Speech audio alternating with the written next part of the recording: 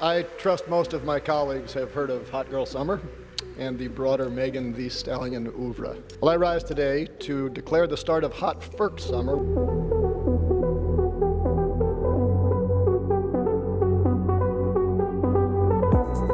Hot Girl Summer ain't about degrees, but Hot FERC Summer most definitely is, with FERC, of course, being the Federal Energy Regulatory Commission. Why, you might ask? Well, to paraphrase Ms. Stallion, because now that FERC has put in all that work, it's time for them to be the MVP. Now, some might say that FERC isn't, dare I say, hot enough to warrant that attention. But for those of us who are serious about fighting the climate crisis, they sure should be. The Commission ensures our energy markets, generation and transmission, are operating and providing us with affordable, reliable energy. But the best kept secret of all is that FERC is absolutely key to achieving our clean energy goals and a zero carbon economy.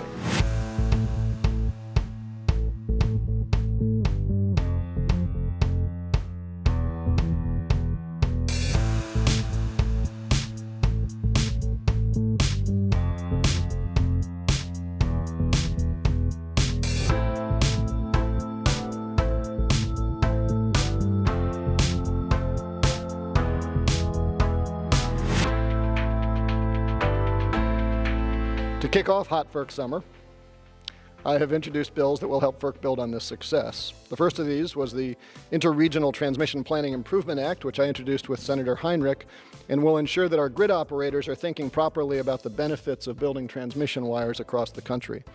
The second, the Energy Price Act, which I introduced just today with Representatives Levin, Huffman, and Bonamici, would help ensure that FERC lives up to its legal responsibility to protect the public welfare by not approving electricity rates that don't account for the cost of greenhouse gas emissions. And I'll be dropping a third Hot FERC Summer bill, third Hot Jam, next week.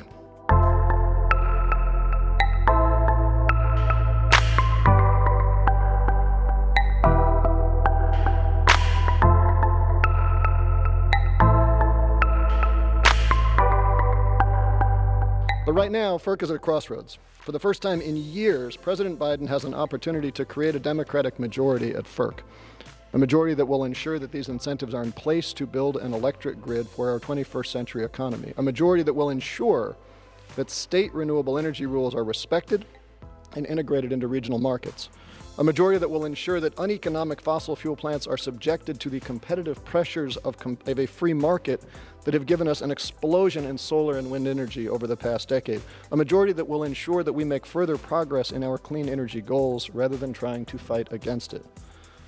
But in order to do any of that in time to prevent more climate devastation, the President must nominate a commissioner to FERC, and the Senate must confirm that individual. I urge both to do so as quickly as possible to ensure that FERC stays at its full power and that it will be able to continue to be the most important clean energy agency that most of us have never heard of. The record temperatures from Portland to Death Valley, the wildfires, and the coming hurricane season are all the direct result of our failure to decarbonize as quickly as we must. While this summer is the hottest FERC summer yet, it's coming on the heels of 2020, which was the hottest summer North America has ever seen for as long as we have records. In point of fact, the 10 warmest summers on record have occurred since 1998, and if we fail to act, they will be nothing compared to the summers we'll experience over the coming decades. Because while the best chance to take action on climate was 30 years ago, the last chance is now. Thank you, Madam Speaker, and with apologies to Ms. Stallion, I yield back.